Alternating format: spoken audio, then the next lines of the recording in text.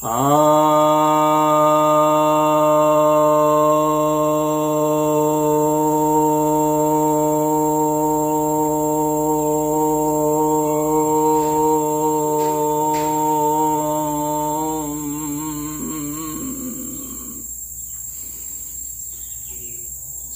भक्तजनों को सप्रेम नमन। तो आज आपके समक्ष विज्ञान भैरव तंत्र के 59वें श्लोक,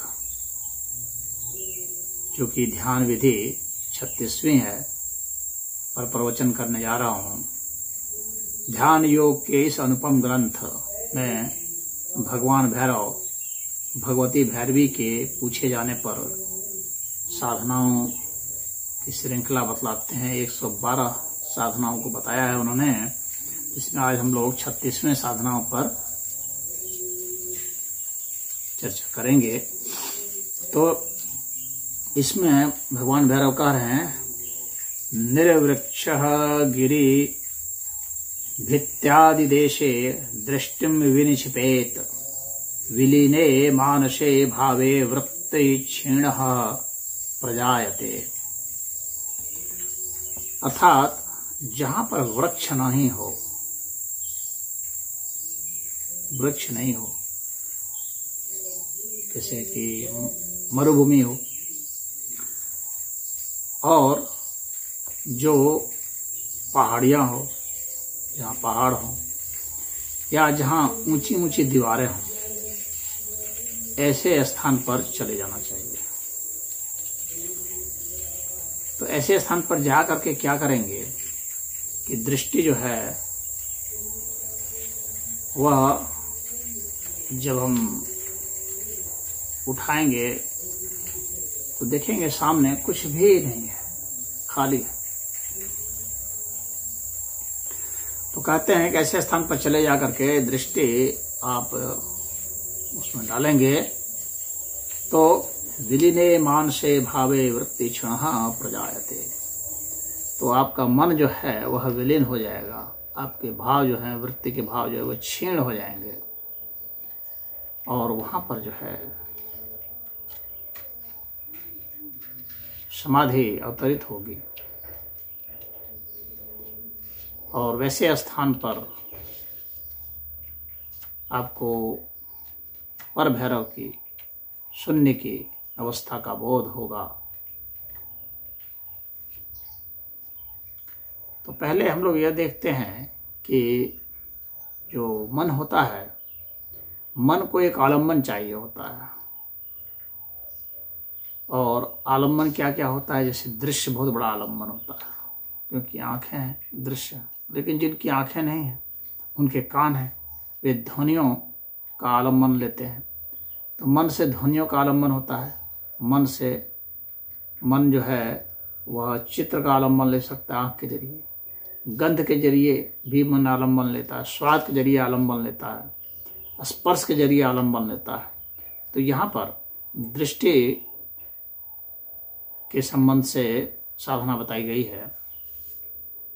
तो कह रहे हैं कि जहाँ पर वृक्ष नहीं हो, ऐसे मरुभूमि में चले जाएंगे तो वहां पर आंख को आलम्बन नहीं मिलेगा।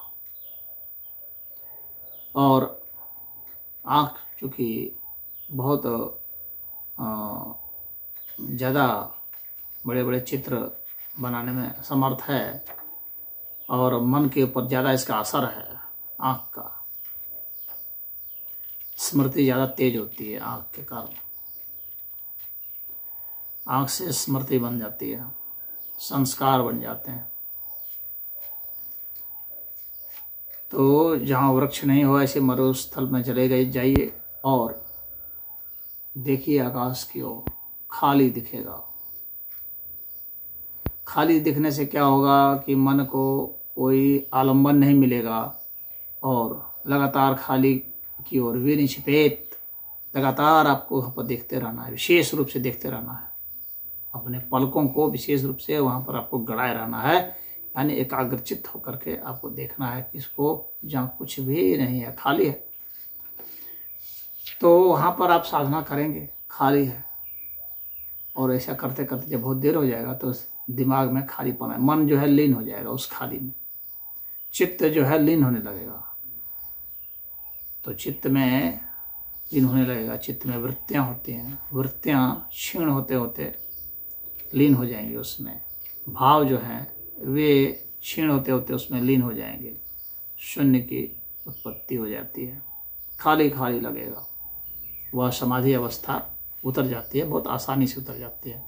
और कहा है कि पहाड़ों पर भी आप चढ़ सकते हैं, पहाड़ के शिखर पर चढ़ जाइए, वहाँ भी आपको जैसे दिखेगा। क्यों? क्योंकि आपको नीचे नहीं, आपको ऊपर देखना है, वहाँ कुछ है ही नहीं, खाली खाली आकाश तत्व है खाली। तो उसमें हो सकता है, या बहुत ऊंची दीवार हो और आप ऊपर देख रहे हो, तो ऐसा होगा कि हम लोग कोने से भी जो है ना कोई चित्र दिखेगा नहीं, तो बहुत ऊंची दीवार से भी देख लेने से ऐसा हो जाएगा, पहाड़ के शिखर पर चढ़ जाने से, और मरुस्थल पर जहाँ के कोई भी पेड़ पौधे नहीं होते हैं वहाँ आपको हो जाना है। तो वैसी स्थिति में वहाँ लगातार आप दृष्टि अगर डालते रहते हैं एक टक होकर के, तो वह खालीपन आपके में उतरने लगेगा, आपका मन जो है उसमें एकदम लीन होने लगेगा। तो यह बहुत अच्छी साधना है, और इसके लिए जो जगह बताया गया है वैसी जगह पर आप इसको प्रयोग करके देख सकते हैं, और वहाँ पर आप ध्यानस्थ हो सकते हैं, समाधिस्थ हो सकते हैं, और आपको वहाँ पर स्व प्रकाश का दर्शन हो सकता है, पर भैरव का दर्शन हो सकता है। तो क्योंकि यहाँ जो कुछ भी है, हम लोग का सिद्धांत एक आता है कि जो कुछ भी है हम लोग वो मन के हिसाब से ही हम लोग यहाँ पर हम लोग का मन जो है वही अड़ंगा बनता है, वही कुछ न कुछ चीज़ों में उलझ जाता है, और उसके हिसाब से ही हम लोग इस संसार को देखते हैं, मन के अनुरूप ही संसार को देखते हैं। मन लीन हो जाएगा तो फिर संसार भी लीन हो जाएगा, मन से ही संसार है। देखेंगे कुछ लोगों को, इसलिए ये जो है सब्जेक्टिव मैटर हो जाता है। कुछ लोगों को ये संसार दुख रूप दिखता है, जैसे बुद्ध थे, महावीर थे, संसार में दुखी दुखी, उन लोगों ने मन को उस तरह से कर दिया था। कुछ लोग संसार को सुख ही सुख देखते हैं, आनंद ही आनंद में देखते हैं। चैतन्य महाप्रभु थे, संसार में दुख नहीं देखते, कहते आनंद ही आनंद। तो हम संसार को अपने मन से देखते हैं, जिस तरह से देखते हैं, या संसार हमको पदार्थ के रूप में दिखता है। अगर हम अपने मन में बैठाते हैं पदार्थ, भक्त है वे संसार में भगवान ही भगवान देखते हैं, दुख में भी भगवान, सुख में भी भगवान, उसको मानते हैं कि दुख भी भगवान ही है, सुख भी भगवान ही है, ईंट भी भगवान है, पत्थर भी भगवान है, पेड़ भी भगवान है, पशु भी भगवान है, उसको भगवान ही भगवान दिखता है। हमारा मन जो है वह किस नज़रिए को रखता है, उसकी कैसे वृत्ति होती है, उसके अनुरूप ही जो है हमें दृश्य दिखते हैं और हमें अनुभूतियाँ होती हैं। तो सब कुछ ये मन से ही होता है, हमारी चेतना से ही होता है। ठंडा गर्म ये मन से ही होता है, एब्सोल्यूट ठंडा गर्म थोड़ी कुछ होता है, ये मन से ही होता है कि इतना ठंडा लग रहा है, इतना गर्म लग रहा है। तो हमारा वो परसेप्शन ऑफ माइंड है, जिसके कारण जो है परसेप्शन ऑफ सेंसेस है, परसेप्शन ऑफ टेम्परेचर है, प्रेशर है, सब कुछ मन से। मन लीन हो गया तो न टेम्परेचर महसूस होता है न प्रेशर होता है। जो कोमा में चला गया, बेहोश हो गया, उसको क्या टेम्परेचर महसूस होगा कि प्रेशर महसूस होगा? कुछ नहीं। तो सारा खेल मन का है। तो ये हमारे ऋषि मुनियों ने जाना है, तो इसीलिए कह रहे थे कि मन को ही लीन कर लो, तो ये जो संसार जो देख रहे हो ना तुम अपने इस मन से, वो बदल जाएगा। तुम उस शून्यता से फिर देख सकते हो, और वहाँ पर जो पर भैरव तत्व है, परम चैतन्य तत्व है, वह तुम्हें महसूस होगा, जो कि इस मन से पार जा करके, उसको तुम मन से नहीं देखोगे, मन तो लीन हो चुका है, तुम अतीन्द्रियों से जाके देखोगे, तो वह अतीन्द्रिय क्षमता आती है। तो उस साधना को आप करें और ध्यान को प्राप्त करें। ध्यान योग का यह श्रेष्ठतम ग्रंथ है, तो इसका लाभ उठाएं। हरि ओम।